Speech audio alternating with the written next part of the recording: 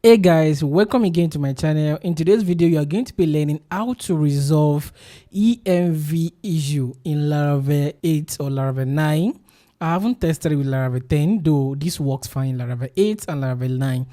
Okay, so to get started with, I'm going to try to query env value. That is, I'm going to try to query for shop URL, edu URL, and the travel URL in my browser. So if I try to send this now, you're going to notice that nothing is displaying at this, it's null, and that is really common in Laravel. And in fact, if I run the artisan clear cache and clear config, it's still the same thing. As you can see, I have cleared the required caches and the config.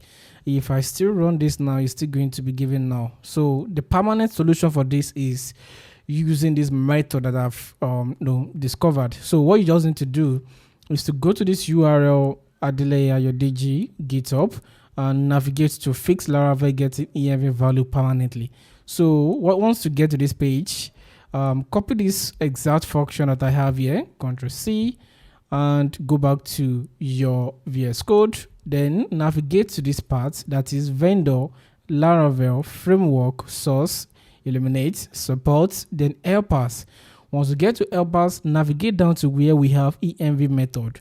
Inside this helper file where we have env method, you can decide to comment what you already have so that you don't lose the data.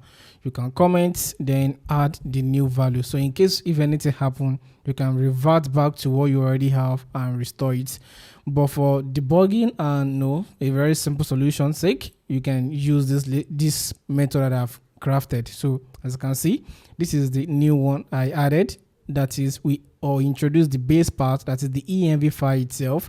Then I reload it, I create a new immutable data. And after the immutable data is being created, then we load it. After loading it, I get the value, and if the value is not set, then we return the default. Awesome.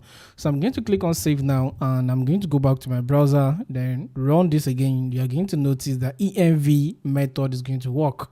So as you can see, env is now working. So I won't be able to show you the controller due to confidential purpose, but as you can see, it's working very fine. So guys, thank you so much for taking your time to watch this current video.